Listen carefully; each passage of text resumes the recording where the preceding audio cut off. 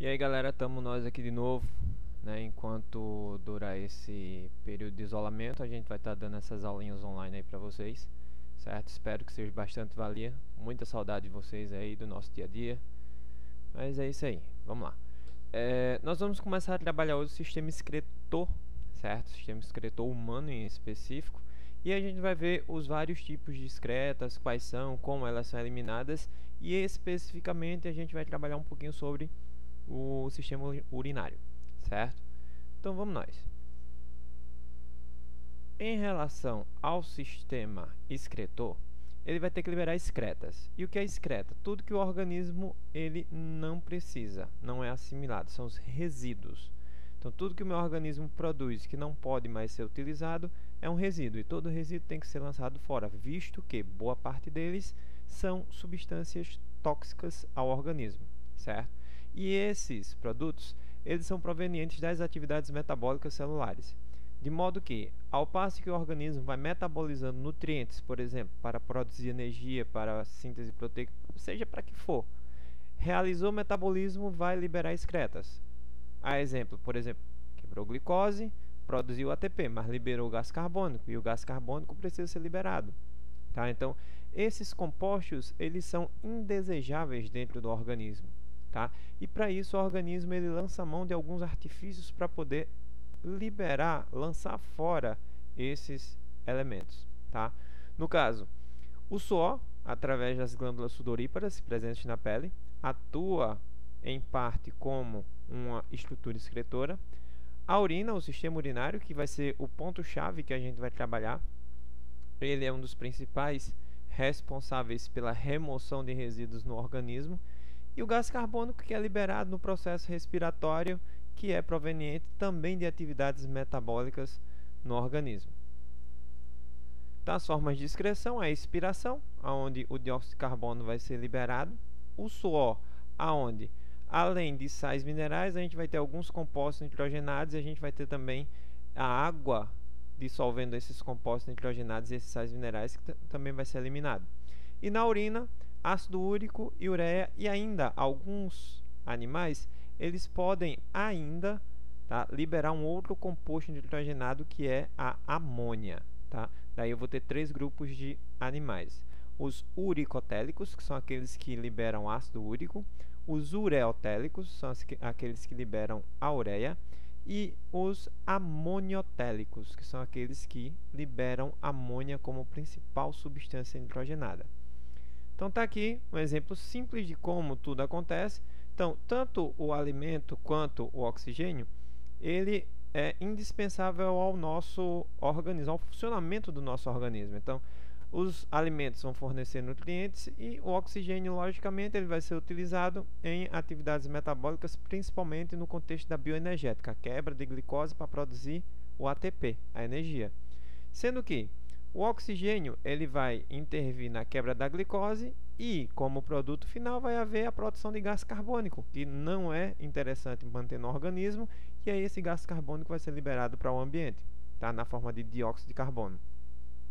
Os nutrientes, eles vão vir com o alimento, melhor dizendo, vão vir com inúmeros nutrientes, tá? Carboidratos, lipídios, sais minerais, as proteínas que vão ser metabolizados e cada um dos quais vão produzir resíduos também.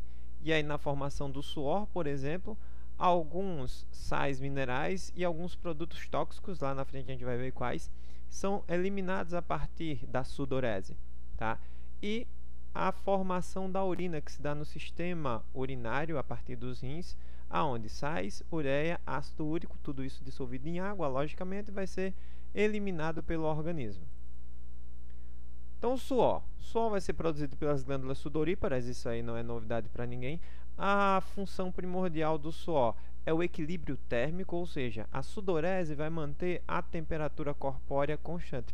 Porém, além de manter a tua temperatura corpórea constante, ele também vai ser um auxiliar, digamos assim, no processo de excreção, ao passo que ele pode também eliminar ureia, ácido úrico e cloreto de sódio, tá? Que vai ser liberado junto com o suor.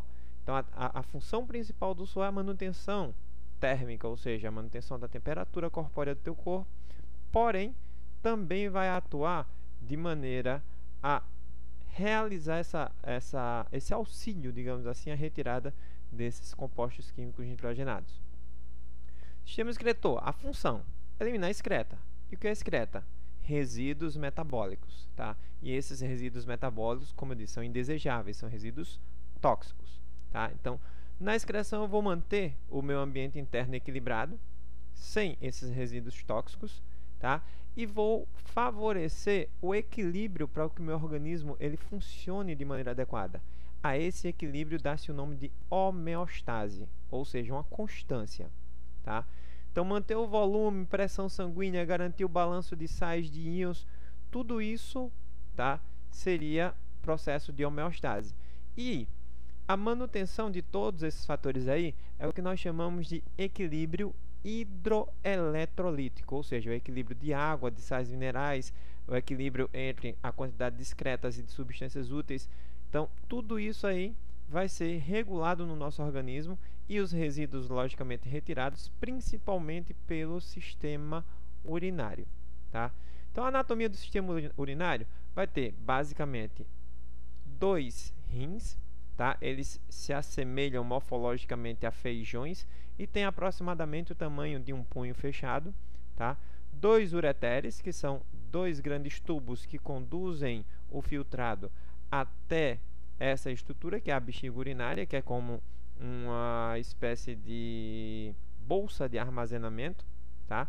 E da bexiga urinária eu vou ter um canal a partir do qual esse resíduo que estava acumulado vai ser eliminado. Resíduo esse que nós denominamos de urina, tá?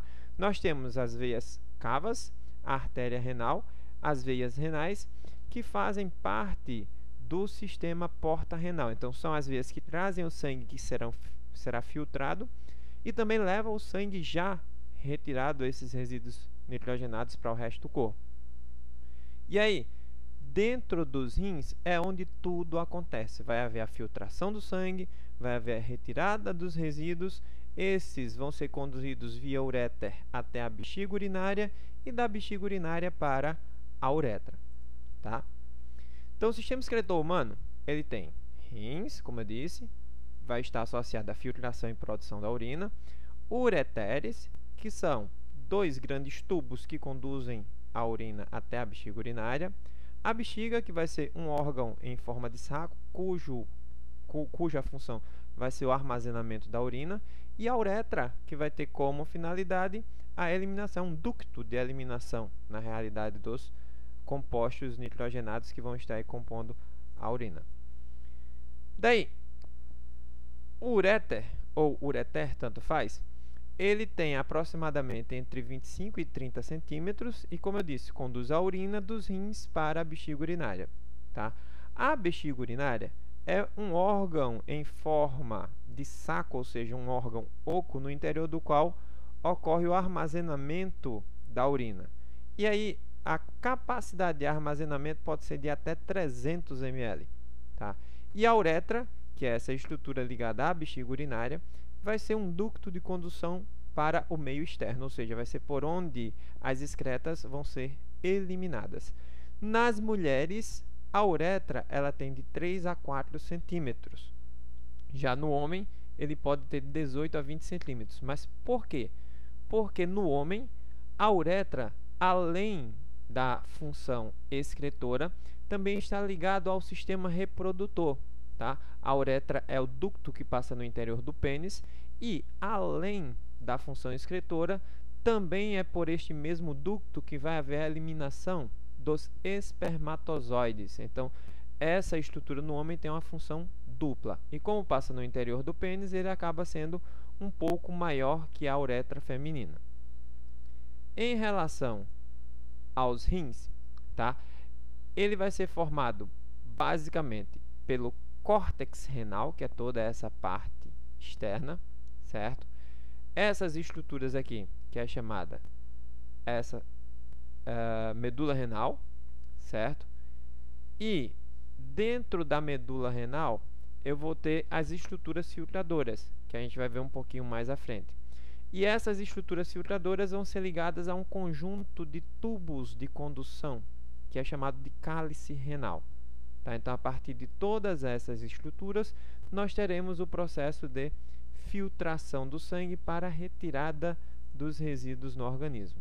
Então, aquelas estruturazinhas que eu estava falando para vocês é o néfron. O néfron ele vai ser formado por uma cápsula chamada de cápsula de Bowman ou glomérulo renal, tanto faz. Essa cápsulazinha, ela recebe o sangue e no interior da cápsula ocorre o processo de filtração, que a gente chama de filtração glomerular. Sendo que, durante a filtração glomerular, além de substâncias ou de resíduos nitrogenados e substâncias inúteis ao organismo, eventualmente pode ser filtrado glicose, a água, alguns sais minerais, que são substâncias que ainda podem ser utilizadas pelo organismo. Então, cabe ao organismo ter um mecanismo para que essas substâncias elas sejam devolvidas, elas sejam retiradas. Daí é uma das etapas do processo de produção de urina, que é a reabsorção renal. Então, aqui no caso, nós vamos ter o que nós chamamos de filtração glomerular. Tá? Ixi, deu um trava-língua agora. Então, nessa filtração, tanto vão substâncias que o meu organismo não precisa, são os resíduos, as excretas, tanto quanto vão substâncias úteis. E aí eu preciso de um processo para reabsorver essas substâncias úteis. E aí eu vou ter justamente a reabsorção renal. Então aqui eu vou ter a cápsula de Bowman ou o glomérulo renal, eu vou ter o túbulo contorcido proximal, eu vou ter a alça néfrica, também chamada de alça de Henle, certo? Esse túbulozinho aqui, que é o túbulo contorcido distal, e o ducto coletor, que justamente já cai naquela estrutura do cálice renal para poder fazer a retirada do resíduo. No processo de filtração, nós teremos o seguinte. Na formação da urina, o primeiro processo vai ser a filtração glomerular. Tá? O que é essa filtração glomerular? No glomérulo ou na cápsula de Bowman, ocorre a retirada ou a formação da urina inicial, que é o que a gente chama de filtrado glomerular. O que é isso?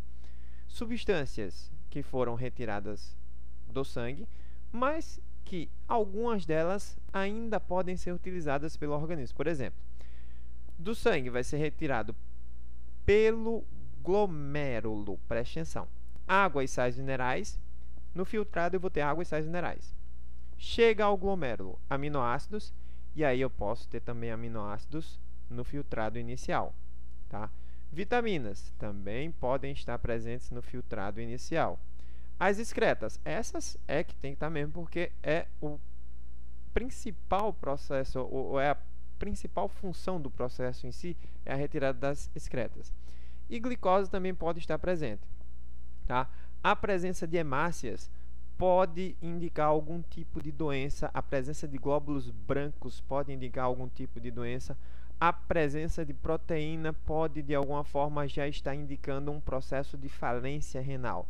Então, essas substâncias nunca podem ser encontradas na urina, e se encontradas na urina, ela indica que o teu organismo tem algum tipo de problema, certo? Água e sais minerais podem estar presentes na urina? Sim. Aminoácidos podem estar presentes na urina? Não. Vitaminas podem estar presentes na urina? Também não. São substâncias que são úteis ao organismo. As excretas, sim, essas vão estar presentes e vão estar em grande quantidade, tá? E a glicose? Não, não pode, certo? A glicose também precisa ser reabsorvida. Então, a filtração glomerular, ela é pouco seletiva, como está dizendo aqui. Então, ela filtra muita coisa, inclusive aquilo que ainda é útil. De modo que eu preciso de um processo para retirar o que é útil daquilo que foi filtrado. E aí é onde eu tenho as etapas subsequentes. Tá? Então, na formação da urina, o sangue, ao passar pelos rins, tá? Diariamente, cerca de 1.400 litros de sangue é filtrado. Mas, professor, eu tenho 1.400 litros de sangue? Não, não tem. Tá? Só que o sangue passa várias vezes pelos rins, tá? E aí ele vai ser filtrado toda vez que vai passar lá. Esse filtrado, ele resulta em aproximadamente 180 litros de filtrado glomerular. Gente, eu urino 180 litros por dia? Não. Por quê? Desses 180 litros, eu vou praticamente excretar aproximadamente 2 litros de urina, em média. Isso é uma média. Para onde vão os outros 178 litros? É aí onde está a pergunta. Então, no processo de reabsorção, tá, a maior parte do conteúdo filtrado é água. E a água ela é extremamente importante no nosso organismo. De modo que essa água ela vai ser filtrada e depois vai ser reabsorvida e lançada de volta ao sistema circulatório. Porque imagina aí, se eu estivesse perdendo 180 litros de filtrado, basicamente seriam 178 litros de água com 2 litros da urina propriamente dita. E eu teria que tomar 180 litros de água por dia para repor aquilo que eu estava perdendo. Mas aí meu organismo, ao invés de fazer isso, ele reabsorve toda a água e lança no sistema circulatório para que ela possa ser reutilizada pelo organismo, tá? Então, a reabsorção tubular, que é a que acontece nessa estrutura aqui, ó, chamada de alça de Henle, certo? Ela vai retirar substâncias que são úteis ao organismo, tá? A glicose, a água, aminoácidos, vitaminas, todas essas substâncias são reabsorvidas nessa estrutura aqui, tá? Após essa reabsorção, ainda próximo ao túbulo contorcido distal, eu tenho capilares sanguíneos passando nessa região. E aí esses capilares sanguíneos, eles vão ter uma concentração plasmática maior que a concentração no interior do tubo. E o que vai acontecer? Se eu tenho um meio com mais concentração, eu tenho um meio hipertônico. E se eu tenho um meio hipertônico, eu vou ganhar água, ou seja, a água vai voltar para o sistema sanguíneo por um processo de transporte passivo, que é a osmose. Então, o meu plasma sanguíneo, por estar mais concentrado, ele acaba trazendo a água de volta para aumentar essa capacidade de reabsorção do organismo, tá? Secreção tubular. Então, secreção tubular, eu estou falando do túbulo contorcido distal, que já está acontecendo aqui no finalzinho, antes do ducto coletor. Substâncias que não são reabsorvidas, logicamente as substâncias que não são necessárias, bem como uma parte de água que dissolve essas substâncias, elas são conduzidas através do túbulo contorcido distal, tá? Caem no ducto coletor e a partir daí eu já tenho aqui o cálice renal que vai ligar-se à uretra, ou melhor, ao uréter, desculpa, e a partir daí ser conduzido para a bexiga. Então, eu não tenho mais o filtrado glomerular. Aqui eu já tenho o que nós chamamos de filtrado final, certo? E aí, essa estrutura ou essa substância já pode ser chamada de urina, tá? E ela vai ter água, ureia, ácido úrico, urobilina, cloreto de sódio, fosfato, potássio, cálcio. O que o organismo não necessitar, o que estiver em excesso, aquilo que o organismo precisa lançar fora, vai estar aí, tá? Então, em condições normais, olha o que vai acontecer. Então, eu tenho a corrente sanguínea e eu tenho a urina em formação. Aqui é o interior do tubo, aqui são os capilares sanguíneos que vão estar interligados a esses tubos. Então, o ADH, que é o hormônio antidiurético, ele vai fazer com que haja uma maior passagem da água de dentro do tubo para a corrente sanguínea. Então, eu estou fazendo um processo de reabsorção de água. Isso evita que o meu organismo desidrate. Imagina se eu perdesse toda aquela água que a gente falou anteriormente. Então, eu teria que repor toda essa água. Então, para não precisar repor tanto água, eu faço o quê? Reabsorvo. O meu organismo ele tem essa capacidade de manter a homeostase, ou seja, de manter a constância, de manter o equilíbrio. E o equilíbrio hídrico, ou seja, o equilíbrio na quantidade de água, também entra nessa situação. Então, em condições normais, durante a formação da urina, a água ela vai sair do interior dos túbulos renais e vai cair na corrente sanguínea. Ótimo, beleza. Só que em algumas circunstâncias, eu posso ter esse processo, de alguma forma, barrado por vários tipos de substâncias. Dentre elas, e uma bem comum, é o álcool. Tá? O álcool, ele meio que bloqueia a ação do ADH e faz com que você tenha uma diurese muito grande. O que é uma diurese muito grande? Tá? Faz com que você urine muito. Por quê? Porque ele inibe a reabsorção de água. Não está passando água do túbulo aonde a urina está se formando para a corrente sanguínea, porque aqui tem o álcool que está bloqueando o processo. E aí, quando você ingere uma quantidade de álcool relativamente maior, você começa a urinar com mais frequência. Tá? E essa urina, ela muitas das vezes sai até cristalina, sai meio que transparente. Isso indica que eu tenho muito mais água do que compostos nitrogenados. Professor, isso é bom? Não, porque está perdendo água. E aí, se você perde água, você pode entrar em um quadro de desidratação, o que não é legal. Então, nessa situação aí, é aconselhável a ingestão de água em grande quantidade para repor no interior do plasma sanguíneo essa água que não está sendo reabsorvida. A regulação da função renal. Basicamente, a gente já falou dele, o ADH, o hormônio antidiurético, tá? Ele é um dos principais agentes reguladores desse equilíbrio. Ele é produzido no hipotálamo, lá na base do cérebro, é armazenado na hipófise, que é a principal glândula do nosso organismo. E aí, havendo a necessidade de reter água no interior do corpo, tá? Esse hormônio ele vai agir de maneira que a urina, ela pode dizer se o teu organismo ele está ou não está precisando de água. Como? Pela coloração. Quando a urina ela está em tons mais claros, mais transparentes, significa que a quantidade de água está suficientemente bem no teu organismo, de modo que o teu organismo pode até perder um pouquinho de água sem problema nenhum. Porém, se a urina ela sai com uma coloração mais turva, mais escura, aquele amarelo mais intenso, significa que o teu organismo está reabsorvendo muito água. Por que está reabsorvendo muito essa água? Porque tu não está ingerindo água em quantidade suficiente, de modo que o teu organismo vai lançar mão de vários processos para poder manter o máximo possível a água dentro do organismo.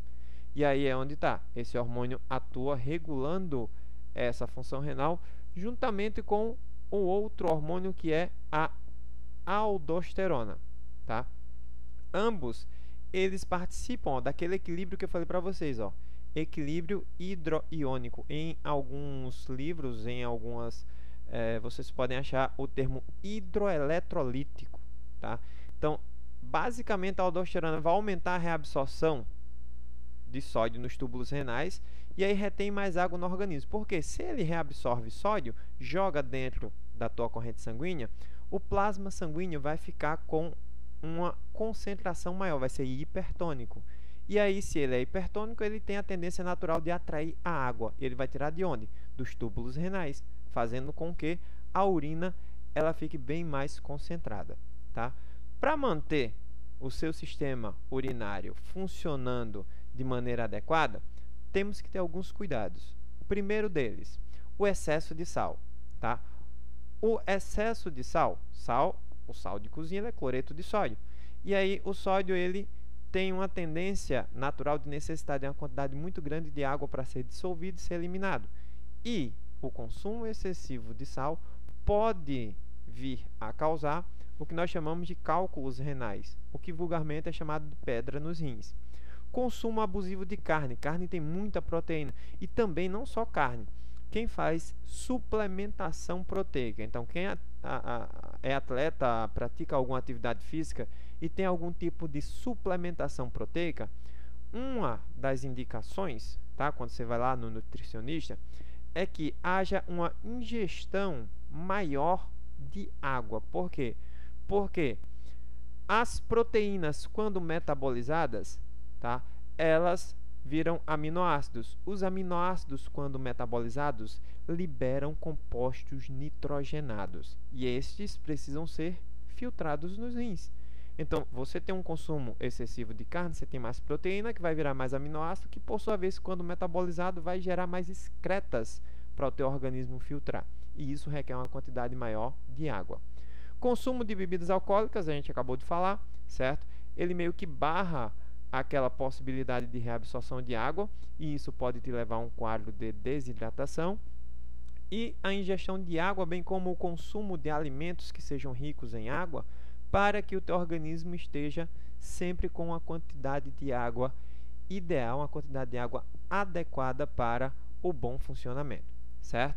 Então isso aí foi uma aulinha rápida aí sobre o sistema excretor. Para vocês, vai ficar a atividade no módulo 1 entre as páginas 534 e 539. Vocês vão achar a atividade relacionada a esse conteúdo que a gente acabou de trabalhar, certo? E vocês, na plataforma do SAI, vocês vão logar e vão já vai estar disponível lá para vocês, tá? A atividade relacionada à excreção e sistema urinário, certo? Por hoje nós vamos ficando por aqui. Um grande abraço a todos e até a próxima semana.